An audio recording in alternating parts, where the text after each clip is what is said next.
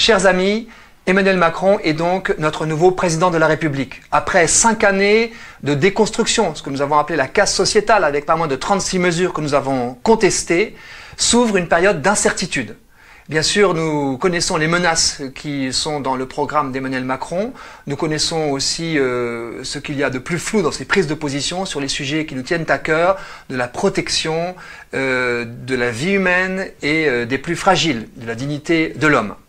Alors, nous abordons cette phase d'incertitude avec une vigilance paisible. Cette vigilance, elle va s'exprimer particulièrement, bien sûr, pendant tout le temps qui précède des élections législatives, puisque c'est seulement à partir de ce moment que nous pourrons avoir une idée des équilibres politiques, des équilibres au sein des partis, et nous allons tout faire pour que cette nouvelle Assemblée nationale ait le maximum d'élus partageant notre souci de la protection de la famille et de la vie humaine.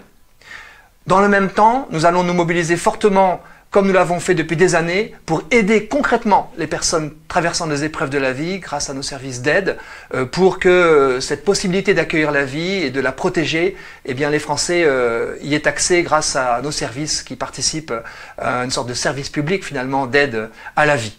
Dans le même état d'esprit, nous allons poursuivre notre travail pratiquement biopolitique, de développement de la sensibilisation des pouvoirs publics et du grand public sur les sujets de la vie humaine. Je pense en particulier à ce guide d'aide aux femmes enceintes, par le travail que nous faisons sur les directives anticipées. Partout où les pouvoirs publics sont défaillants, partout où ils ont abandonné le terrain, c'est à nous d'assumer, grâce à ceux qui nous aident, notre mission politique. Alors j'aurais finalement 2 messages à délivrer aujourd'hui. Le premier pour nos amis, ceux qui ont participé à notre Université de la vie, ceux qui font partie de nos équipes, nos amis qui nous aident financièrement. Continuez à apporter votre soutien. Rejoignez-nous en grand nombre dans nos équipes pour que nous soyons le plus fort possible face aux incertitudes et aussi aux opportunités que la période qui s'ouvre laisse augurer. Et puis à ceux qui désormais ont le pouvoir ou qui vont assumer ce pouvoir, nous voulons les alerter. La France est un pays, nous le savons tous, fracturé, qui est en quête de son identité, de son unité, de sa sécurité. Il y a énormément de pauvreté, il y a énormément d'exclusion. Les Français sont en attente aussi de réponses sur le plan économique, du logement, sur le plan social.